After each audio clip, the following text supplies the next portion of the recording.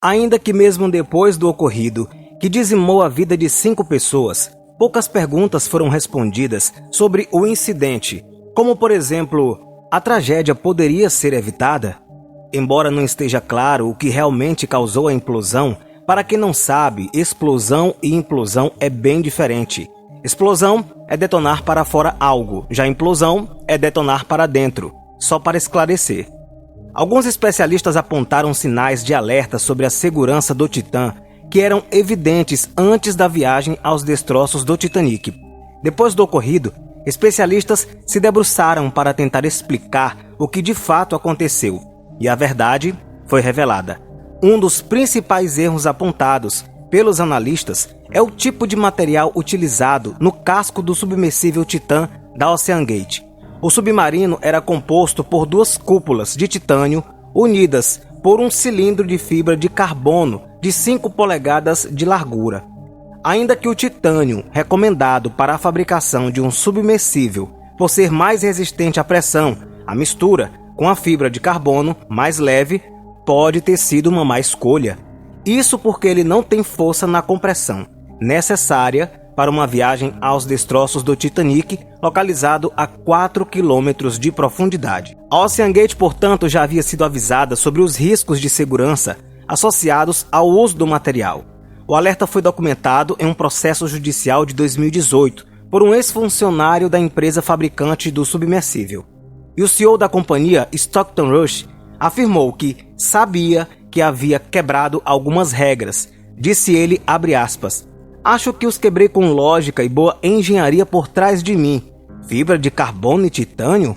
Há uma regra de que você não faz isso", disse ele em uma entrevista em 2021 com o YouTube mexicano Alan Estrada. O ex-funcionário da OceanGate, David Lorich, também alertou sobre o sistema avançado de monitoramento acústico.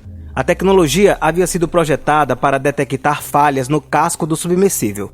Na análise de Lorich, em 2018, o sistema era efetivamente inútil, já que o aviso sobre eventuais danos aconteceria apenas milissegundos antes de uma implosão catastrófica.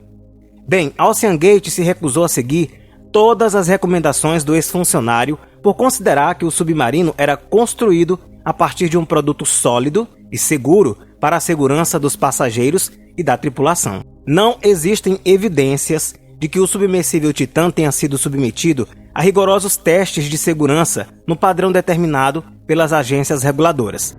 Em meio às buscas do submersível ao longo do acontecimento, antes da confirmação de uma implosão catastrófica pela Guarda Costeira dos Estados Unidos, o jornalista David Pogg, que embarcou no Titã em 2022, disse que assinou um termo de responsabilidade.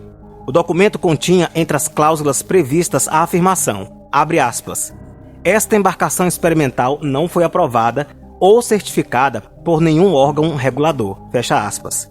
Antes da expedição aos destroços do Titanic, neste ano, o submarino Titã já havia apresentado falhas anteriores.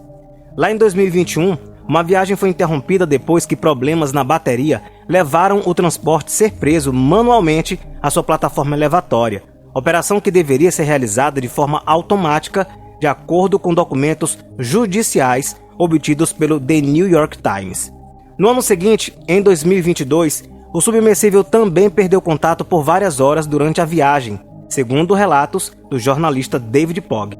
Um vídeo publicado detalhou como e por que o submersível Titã da OceanGate implodiu e matou 5 passageiros a bordo durante a expedição aos destroços.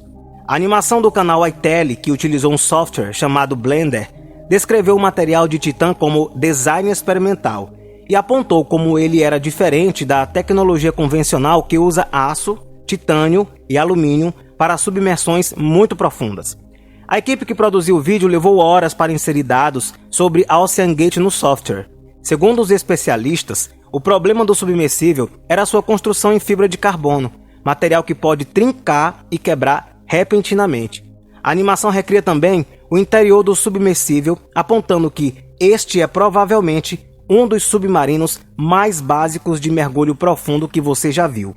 O vídeo aborda as diferenças entre implosão e explosão, como também explicou o diretor do Instituto de Oceanografia da Universidade de São Paulo, Paulo Sumida. Após a falha, a pressão aplicada no casco do submersível inviabilizaria uma explosão, explicou Sumida. Dessa forma, o colapso na estrutura seria uma implosão, ou seja, algo interno ao invés de externo. Disse ele implode porque o casco está cheio de ar. O ar é muito compressível, ao contrário da água, que é pouco. Então toda a pressão da água em volta do casco, imagina, uma coluna de água de 4 km sobre esse casco, exercendo pressão por todos os lados. Nessa profundidade, a pressão exercida sobre os corpos é cerca de 400 vezes maior do que na superfície. Quando teve a falha, a tendência foi que pressionasse o ar. Então, ele não poderia explodir porque a pressão não deixaria. Então, ele implodiu. As paredes colapsaram e parte delas foram tiradas em 3 pedaços, o que mostra o grau de violência dessa pressão. Em 18 de junho, o submersível Titã foi lançado no Oceano Atlântico acima do local onde o RMS Titanic naufragou em 1912. Às 9h45, o piloto e CEO da OceanGate, Stockton Rush, perdeu contato com a superfície durante descida de mais de 3.800 metros nas profundezas do oceano. Dias depois, os destroços de Titã foram recuperados do mar, confirmando a possibilidade de uma implosão catastrófica ocasionada por falha na embarcação. Confesso a vocês que não arriscaria uma aventura dessas. E você, arriscava? Deixa aqui nos comentários a sua opinião. Eu fico por aqui. Grande abraço e fica com Deus. Tchau!